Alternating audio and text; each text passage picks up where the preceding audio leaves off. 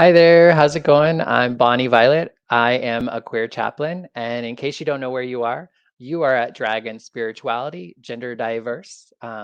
This is number 3 of 12 of our summer series, hosted and sponsored by the Spiritual Drag Con, which you can go to spiritualdragcon.com now and you can register to be a part of like to attend the conference in Chicago, as well as we're looking to book drag artists to do panels and to perform. We have a family-friendly event that's going to be taking place, as well as spiritual drag shows and panels. And we're also looking for a mix of spiritual care providers to provide spiritual care and just be on hand throughout the conference. It's going to be both in person and as much as possible virtual too. So there's scholarships available, registration, all that stuff. Check out spiritualdragcon.com. You should be able to find the information in the description.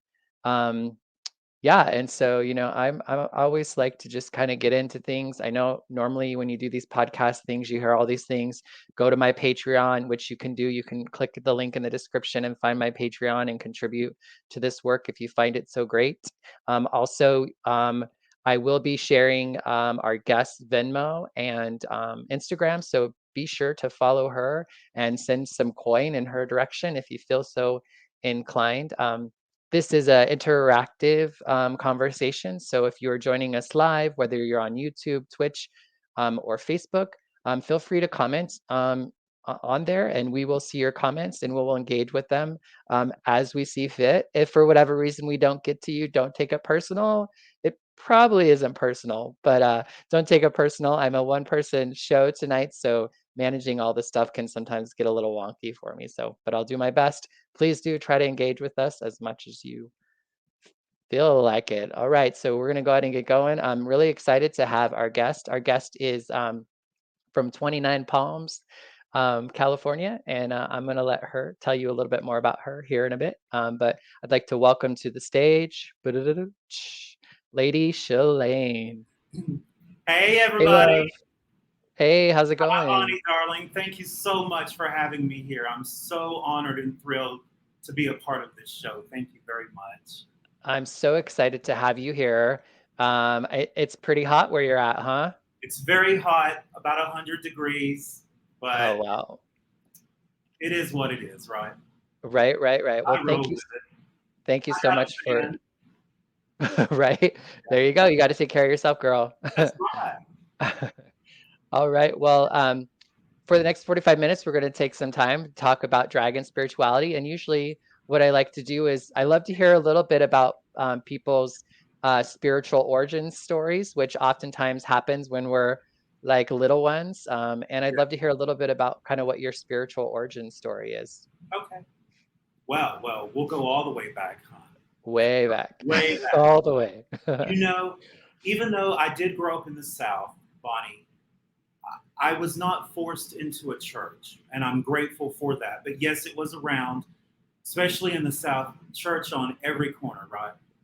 I remember Mhm. being very young. I mean, probably 5, and my aunt taking me to a church for like a Sunday school thing, and I just did not like it. I just felt like I did not belong there. I just didn't resonate with it. Not saying that it's something bad. I just, even at that young age, I just felt like it was not for me, right? Mhm. And so, luckily, I was never forced into it, even though a lot of my family members did go to church. It was never forced forced upon me from my mom or anything. Mhm. So at least I have that because I feel like a lot of times it is forced and the outcome's not always very good. So, Right, right. but so I kind of had the opportunity to find my own way, even though I was in the Bible Belt. Uh, So I would say around 1995, 96, I found Buddhism And through watching. What's that? around what age were you in 95? Sorry, just like I Oh just no, want to give a sense. I was 15, 16 years old. Okay, Late great. birthday, December Sagittarius, darling. So yeah, but yeah, I was 15, 16, and what turned me on to Buddhism was through Tina Turner. and Mm, watching her story. I was not a fan of hers at that time. I didn't know anything about her, but I watched the movie What's Love Got to Do with It and read her book I, Tina, and I thought, well, why not try this? Let's mhm, just see. I mean, it seems to be working for her. At that young age, I was looking for direction. I was also looking for guidance from a strong woman, mm, right? And I feel like I picked the strongest woman that I could find, Tina Turner, right? So I have to always, mhm, give gratitude to her because I know being a fan of hers and her story totally changed my life completely. mhm. And And was so, there go ahead. oh, I was just gonna say, was there anything particular about Buddhism that seemed to land differently than the Yeah, previous change. religion? Absolutely Mm, change. I was looking for a way out. I was looking for a way out of my small town. I didn't want to be there. And I'm not saying it's bad, it just wasn't for me, you know? mhm. And I just needed change. And that's what really drew me in. So I just started chanting Nam Myoho Okay. Renge Kyo. And I started seeing things change. Things Mm, started to improve and in my life. And so I just went from there. I just kept chanting. However, I will say honestly though that I did not continue chanting over all these years. I am mhm. back to chanting now though, and I'm grateful that I am. But there were gaps in between, so I don't want it to sound like I've been chanting straightforward from 1996 because I haven't. But it's always been a part of my life. Mhm. Um, And was it a practice all on your own, or did you have community around it? Yeah, so when I first started out, it was totally on my own in my bedroom by myself with a little setup with like a Buddha statue. I didn't know what I was doing. It felt right to me, so I was going to do it. Mhm, And so it wasn't until probably I don't know 7 8 years later when I met up with more people who chanted and mhm, and stuff like that. But for me now, though, I'm not part of any organization. That goes back to when I was younger, when I realized being in a church was not for me. Just organized religion is not for me. Okay, it's just not. It doesn't resonate with me. So mhm, Buddhism is more of a way of life. It's a way of living. Yes, there are organizations who put a lot of that together, but I'm more of an independent because I mix chanting with other forms of meditation as well because mhm. there's so much more out there that we can use to bring us into alignment. But through chanting, it does help to bring one into alignment, to align the chakras, and it gets the wheels turning, so to speak. And I Mhm, feel like a lot of people who begin to chant, sometimes what it'll do is it brings up the dark, the negative. mm, And a lot of people get turned off by that. But we cannot move forward in our lives until we deal with the dark, until mm. we deal with the negative side of our lives. We have to clean our karma in this life in order to move forward. You Right. know? And that's the way I look at it. And that's what I'm doing. And through Mhm, chanting helps you clean your karma, cleanse your karma, get the chakras going, and put you in alignment with the universe to where you can manifest anything you want. mhm. And I'm Yeah, a that's living example of that. You right. know, I am. And I'm really intrigued by the idea of you kind of doing it on your own. Did you eventually get mentors or anything like that, or has Well, it I really did just when I always been yeah, I did. I think it was 2006, perhaps. I did join a Buddhist organization, and there were some lovely people in the group who I chanted with, who helped me learn more because there's more to it than just chanting Nam Myoho Renge Kyo. It's the Lotus Sutra, and there's more that you can chant to that, and they helped with that. Mhm, But as the years went on, I just felt I'm just I don't know if you would. I guess you would call me a loner, but I'm just someone who, like a hermit. I stick to myself a lot of time. Unless I'm out on stage, it's like When I'm on stage, it's totally different. But when I'm home, it's completely turned off. So, Mhm. um, but yeah, I'm glad that I did it on my own that way, and I'm glad that I found it when I found it at such an early age, because it did prove to me that it does work. It's not magic. Right. It's helping you align yourself with the universe. Mm. Because when Yeah. you're in tune, when one person is in tune with the universe, and you listen to the signs that you're given, you can make anything happen. Anything. But Mm. you have to work on yourself. You can't just go in it without doing the self care, without doing what we call dark night of the soul. You have Right. to go deep inside of you.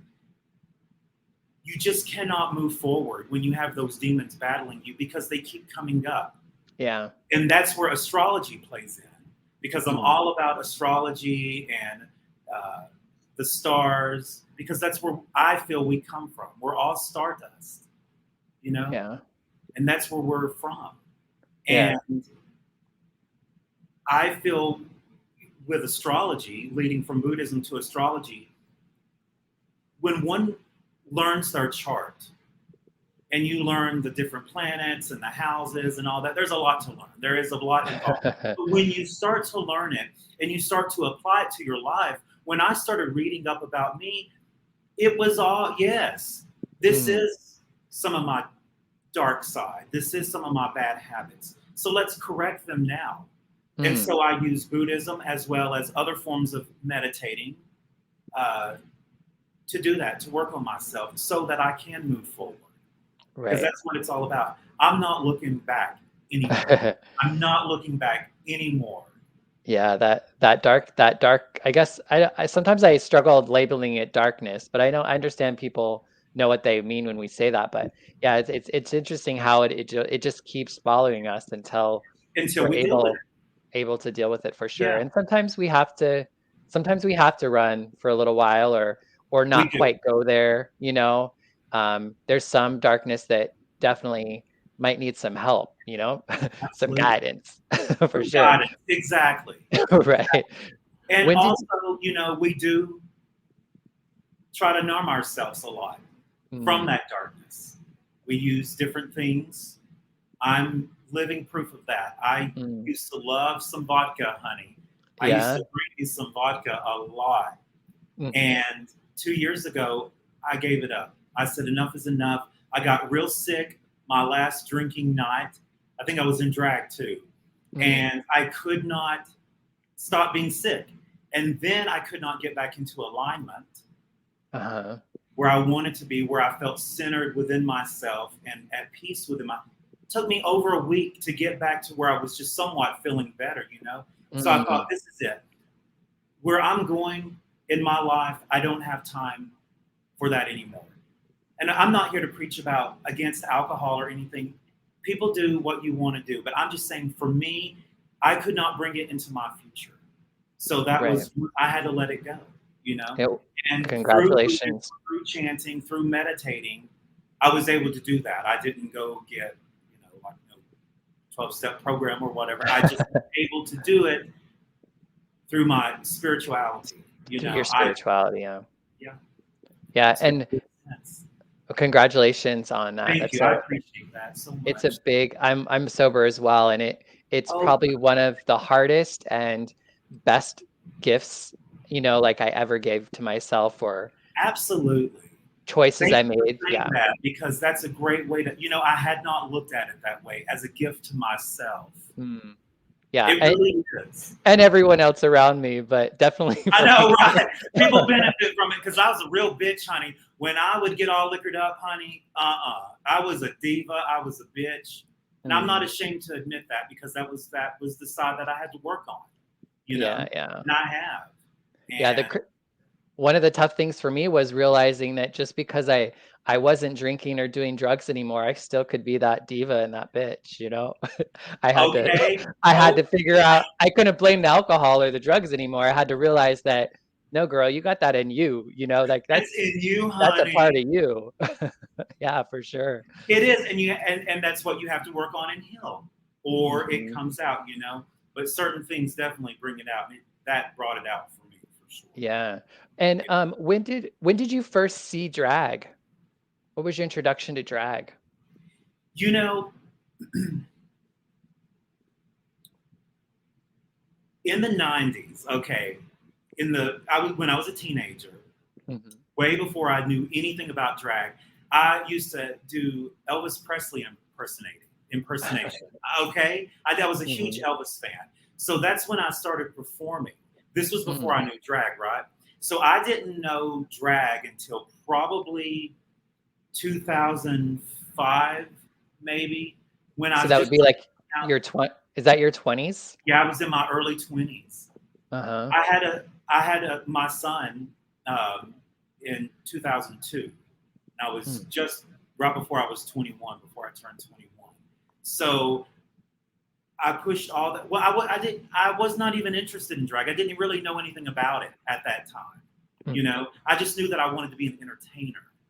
That's the reason why I brought up the whole Elvis thing, right? I knew I wanted to be an entertainer. I didn't know how though. Mhm. And so in the mid 2000s, it was Halloween, right?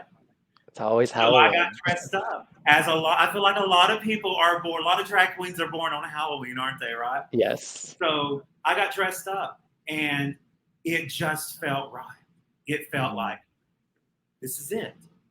This this is how I feel inside, and now I want to get on stage and perform. Mm. And I did. I started entering talent nights in Mhm. Tennessee, where I'm from, Chattanooga, Tennessee. And I came out and did Where the Boys Are, Connie Francis. Mm. I did the disco version, and I won. It was great, and it was a Uh-huh. wonderful night. And then the stars aligned, and I got on cast at Alan Goads in Chattanooga, Mm. and started working there. And Yeah. that was a great experience to have. And And you've been doing drag ever since? since 2005, 2006, yes. Mhm. When I met my drag mother. Oh, My drag yeah? mother and I, we used to work together out, and I met him and we became friends, and I found out he was a drag queen, and I thought, oh, and then I started getting I started feeling the bug a little bit, the little drag bug, and Mhm. that's when the Halloween thing came. He helped me get in drag and all that. The rest has been history. But I did Yeah. retire at some point later on, like 2010. My son was getting bullied at school because his dad was a drag queen, Mm. and that bothered me a lot. And so I thought, well, let's just hang it up for now. Yeah. You know, Yeah. I'll be back. How is your son with your drag now? Or He's my number one supporter. My mm. number one supporter, and I'm so grateful to have such a wonderful son who supports me in everything I do. I'm just so grateful. I couldn't ask for anyone better. Mhm. And I told him the other day, thank you for choosing me as your dad, because I feel that we choose our parents, because we sign up for this lesson in life. That's how I feel. And he chose a drag queen for a dad. So, I'm just so Alright. grateful. But when he was picked on and stuff in school, I did, because I certainly know how that feels, right? And I didn't Mhm. want to be going through that. Yeah, yeah. So I hung it up for a while, but now I'm Mhm. back stronger than ever, and I'm grateful to be back, and wonderful things are happening. So, Right. And yeah. how does your sexuality play into your drag or your spirituality? A lot of people ask me, do I call you her? Do I call you him? Do I call you they? I'm just me. I don't feel like I have a label. Okay. I don't, okay? And I don't, you can label me if you need to label me, but I just feel like I'm me. And I don't know Mm. how else to describe it, because this feels natural to me when I look like this. And then when I'm not dressed like this, I feel natural too.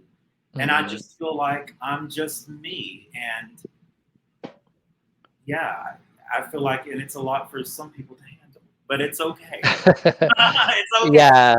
Yeah, I think for people who, who haven't, haven't done it yet, or done drag or whatever, I think it just seems so foreign and kind of confusing to them. But It um, is. People are yeah. scared of what they don't understand. Hmm. And that's why education is important, to educate people about certain things. I mean, Right. you shouldn't be scared of drag queens. Right. Well, it was so interesting. I was on an Uber last night. I took an Uber home Yeah. from a spiritual meeting, and a prayer meeting of sorts. And the uh the the taxi driver, or the Uber driver, I live in Idaho, and so the Okay. driver was super chatty and really nice, and he's like, "You know what? Your people, like your community, are like some of the nicest, kindest people I've ever Yeah. met. Like all of you. Like you talk, you're kind." And I was like, that's not what they say about us though, like Right. there's a lot said about us. and There and is. that's and that's why also why I'm doing the show, is just to really show people that there's a human, attached to that drag queen or king or non-binary thing, that we're humans underneath. We have spirit, we have spirituality, we have children, we have lives. Yes. And we have the spiritual side. I mean, Mhm. I am very spiritual. I meditate daily.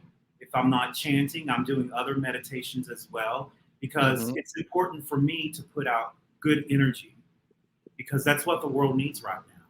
Yeah. And I do it in and out of drag, but when I do it in drag, there's a bit more sparkle. I feel like. But that's one of my goals now is to spread love and light to the world, and I know that is one reason why I'm here. And Mhm. as a Leo North node, I'm supposed to be on stage too. So Right, right. I just want to embody it all. That's why I was saying, why put a label on it? I can do it all. I can do the drag, I can do the spiritual stuff, meditations and all that. It can all be done. We can reach a lot of people. Right. Yeah. Well, and I feel like the older I get, the more integrated all that is. It's not like I just have this spiritual thing over there and this sexual thing over there and this drag thing over here. It's like now it's just so integrated, which is the truth of it, right? Like It is like the that truth. separation is a delusion Yeah, that we sometimes need to live in. But I do better when I can actually just hold all those things and like I want to bring and be all of who I am wherever I am, period. You know, and if I can't be exactly. totally, I'm and a if I big can't, ball of surprises.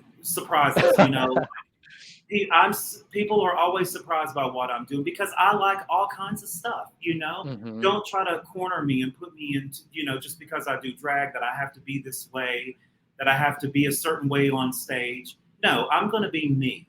Nobody's going Right. to tell me what to do. They did when I was younger, but no Hmm. more. That stops now. I have a new life now here where I'm living, and yeah, nobody's telling me what to do anymore, honey. Okay. Right, right. My friend Jerry always comes up as Facebook user, but he says, "Hello, dolls. Hi, Jerry. Thanks for joining us." Hi, Um, Jerry. Hugs and Also, kisses from California. for sure. And also, Anka, who is actually a regular on another podcast that I'm on, uh, she said that she agrees with the taxi and Uber driver, about our community. So yeah, Yeah. but um, so I was gonna move. I'm trying to. Someone said something not so kind. You know how they are. What they Um, said something what? Somebody said something not so kind in the comments, but Oh, that's that's okay. just part of the. So we send them love and light anyway. And Exactly, luckily, I right? don't have my glasses on, honey, so I can see it. Or it Yeah, may no. not be so much love and light, okay? But I do send you Mm, so much love. If you send me hate, I love you. right. What it is. Send love in return, huh? That's right. So, what brought you to California from Tennessee? Well, I had wanted to move here for a couple of years now, and then COVID hit, right? And Hmm. so that held me back a couple of years.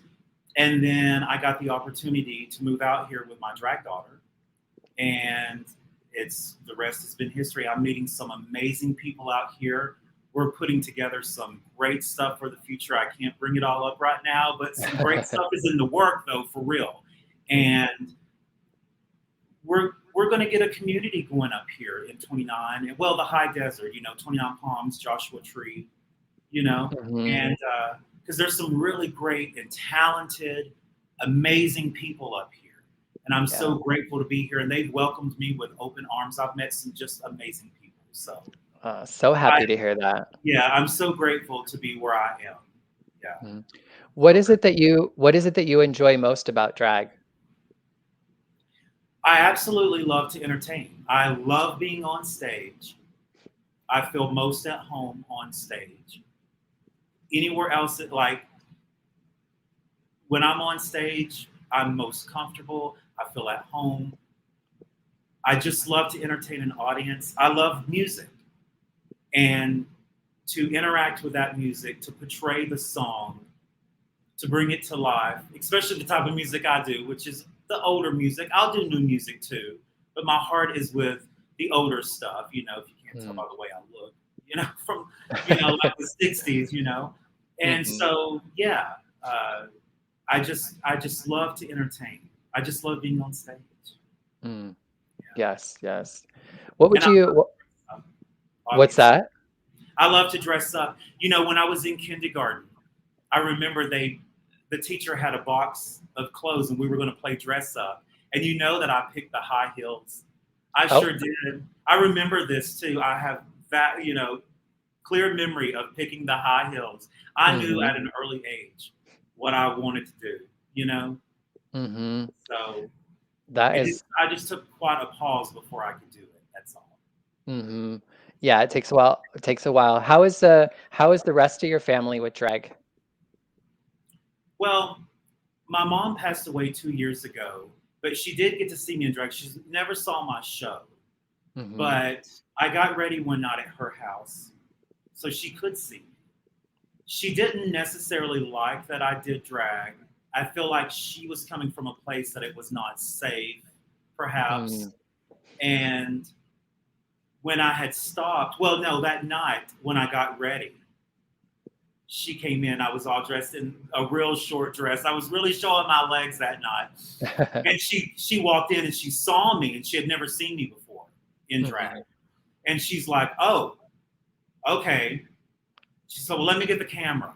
And so she grabbed the camera, took a photo, and then she said, "Well, don't you think that dress is a little too short?" And I said, "No, Mama, that's what the guys like. They like the short dress. I can show my legs, right?" So I later on found out that she took that photo that she took of me to my aunt and Mm. showed it to her and says, "Doesn't he make a pretty woman?" So she Aw. was supportive in her own way, but she couldn't come out and say it, right? And Mhm. so, and of course, the rest of my family, my niece is cool with it, but like everyone else isn't. But it doesn't matter. My son is supportive, and that's all I care about. You know, Yeah. that's all I Yeah. care about. So, Yeah. What would you it sounds like for you, that the idea of your spirituality and your drag has never like how do they intertwine for you? How are they connected? well, they were not always connected.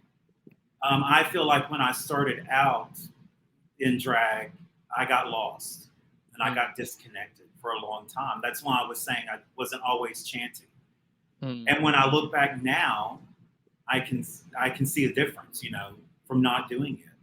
But now it is. It's I combine it all, all into one because I don't have time to do all the separate things. So I'm just doing it all combined. That's why I got Mhm. ordained. I wanted to be an ordained minister so I can marry people in drag. So if you're ever in the area, Yeah. come on. If you want to get married, come see me. 29 Palms, whatever. So yeah, I just want to bring it all because we look like this, right? So the attention's Mhm. on us. We might as well spread some love while we're doing it. And that's what it's Yeah. all about for me. It's love. It's Mm. that's why I'm here is to share love and spread love to people. So Yeah, yeah. How did you get back? I guess, how did you get back to I guess part of it is trying to think of like, for like our younger folks or just our folks who haven't quite been able to move drag into more of a spiritual space or vice versa. Mhm. How did you do that? Or how Oh, I would you just did. suggest? Yeah. I just did it. You know, I started sharing meditations under my stage name. You know, and because Mhm. I felt like this was a good way to reach people. You know, of course, I don't want to be preachy to nobody ever, because that's not where I come from. That's not my intention or anything. But for me, I just integrated it. I just started doing it when I go out in drag, like when I hosted the drag bingo last Friday night. You know, Mhm. I just spread love to the audience. You know, I just let it.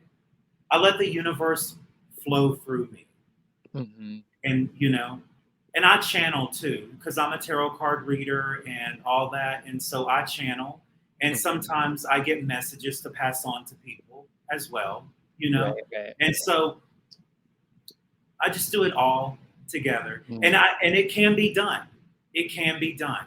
You know, when I stopped drinking, I thought that I couldn't go out and drag if I was not drinking, Mm, right? mhm. And I had to prove to myself that you can still have fun. There's a Wanda Jackson song, a good girl or a girl doesn't have to drink to have fun, right? Mm, And mhm. so I had to teach myself that. I had to learn that. And it's the same with this, you know?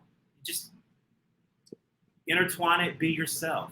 It Yeah. absolutely can be done, you know, Yeah. because if you I feel when you start separating the two, you start to get a little lost.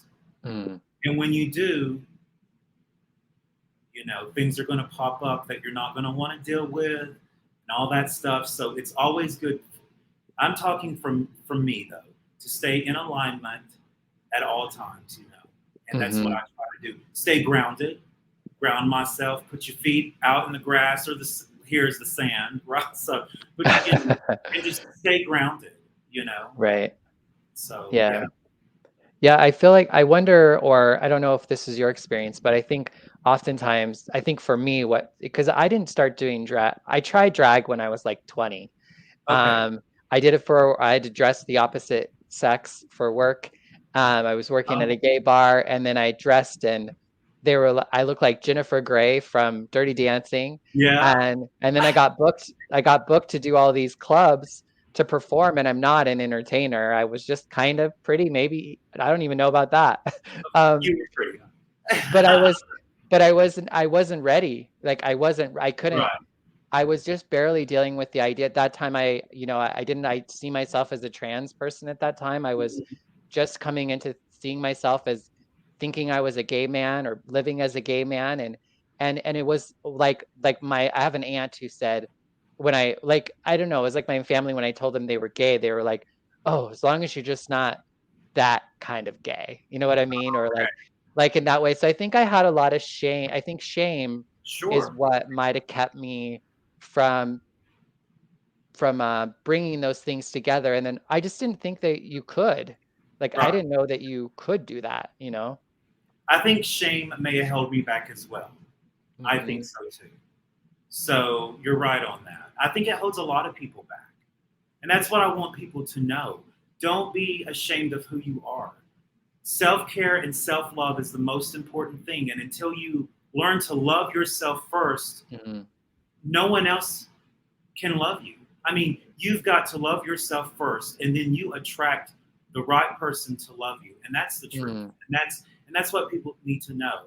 And also, don't tell yourself that you're not good enough or that you're not ready. Just do it. Mhm. If you want to do drag, do it.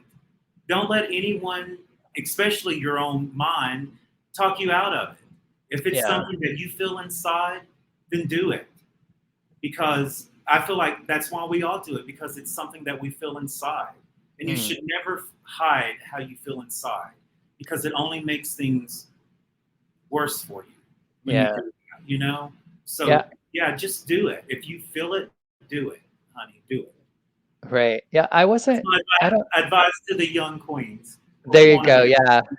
Yeah, I think it's always interesting that kind of receiving and transmission because I don't think I I'm loving myself in a way I've never loved myself before. I wouldn't and I would say that a big part of that is because People, because I received love from others, and I think that's something. I don't know how much of the love for myself I created on my own. I think it was something that I had to be willing to receive from others, and it was like, because I believe, like, you can't transmit something you haven't got, and I just don't think I think I get love given to me, and then I can give love, and, it's like, it's all those No, sorts I of get things. that.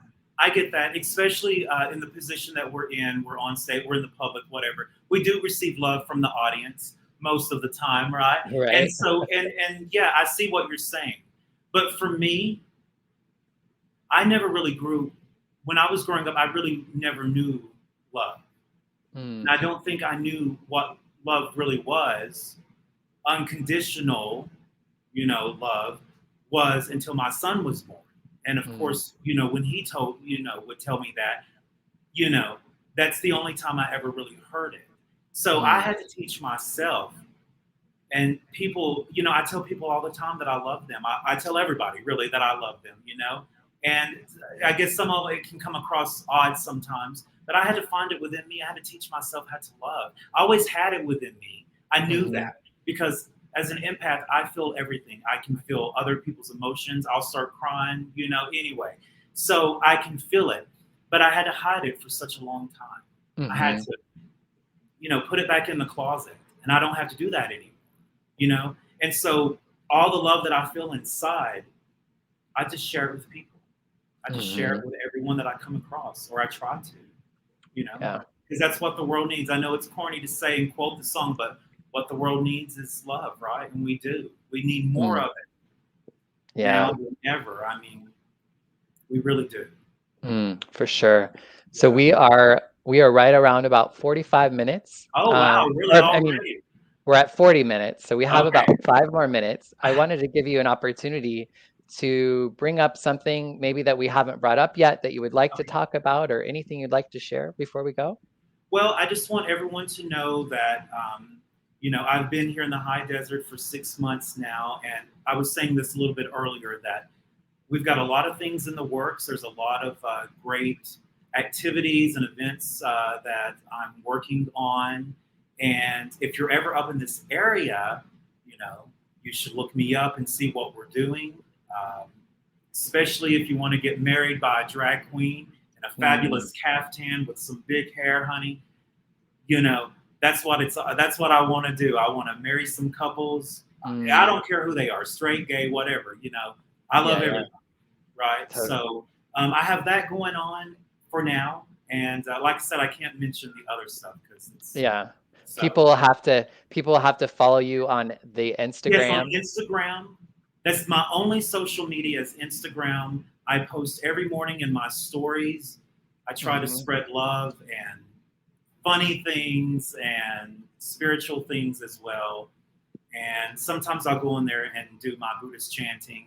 I'll upload mhm. a video of me doing that as well. Oh, But yeah, awesome. at the Lady Chilane on Instagram. I would love for you to follow me and interact with me.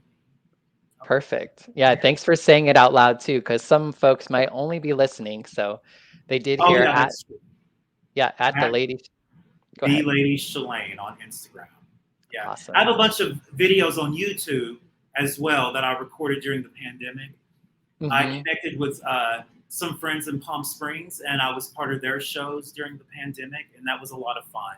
So those videos are up on Yeah. YouTube. If anybody wants to check them out, Yeah, I have a link for them in the description, so folks, you can find that link in the description. I'd encourage you to go and check out her performances, a right? retro drag queen. I like the old stuff. So there's a Yeah. Well, place for everybody, right? There's a place for all of indeed. us. Indeed. Thank you so much for being on the show Bonnie, this darling, evening. thank you so much for having me. This has been a real pleasure and a real honor. And I Mm, really appreciate you allowing me to be here to share my story. And I love everybody out there. I send you all so much love and light. mm. Take care. Awesome. Well, thank you so much. I'm gonna go ahead and let you go, and then I'll do the All right. closing. All right. Bye-bye. All right, thanks everyone for joining us this evening. I did want to take a second to thank our Patreon members. You can look at the bottom of the screen there, and you'll see folks who are supporting the work of a queer chaplain. A lot of the work I've been doing is just kind of trying to make it work. I don't believe in putting a price tag on anything or that money should be a barrier to anyone accessing information and stories and all this sort of stuff. I know there were so much information and so many people I didn't get to see or meet because of the not having the coin or whatever. And so anywho, I don't know where I was going with all that, but basically, if you would like to support the work of a queer chaplain, you can check out the link in the description. Go to the Patreon, and you can support the work with as little as $3 a month. It really goes a long way, and really means a lot to me personally, and it really does a lot for the program. Again, you can check out the link in the description. Also, I want to invite folks to Spiritual Drag Con. Spiritual Drag Con is taking place October 7th, 8th, and 9th in Chicago. Registration is now open, and we're also looking to book 36 drag artists for 2 nighttime drag shows, one to take place in a church, the other in a synagogue, and the other a family-friendly event at an LGBTQ center in Boys Town. So go on, check it out. If you're a spiritual care provider, we'd love for you to join us as well. If you want to throw some money at the conference so that we can provide scholarships for folks who are needing to travel, that would be really fantastic too. Thank you so much. Join us next week. Next week will be our 4th session, and I'm trying to remember who my person is. I am awful host, but check out the video that I'm going to play right after this, and you'll be able to see who is going to be not only next week, but in the upcoming weeks. Thanks so much, and have a great night. Bye-bye.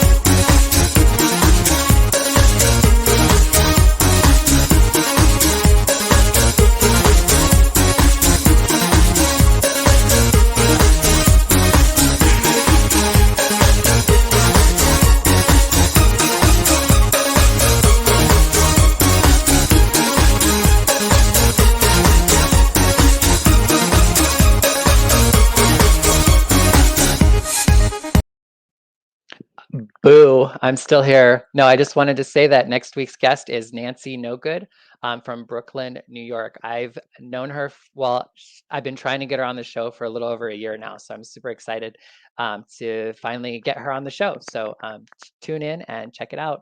Also, you can listen to this anywhere you listen to podcasts and any of the other 33 interviews I've done with drag artists from all over the US and Canada. Bye-bye. For reals this time. Bye-bye.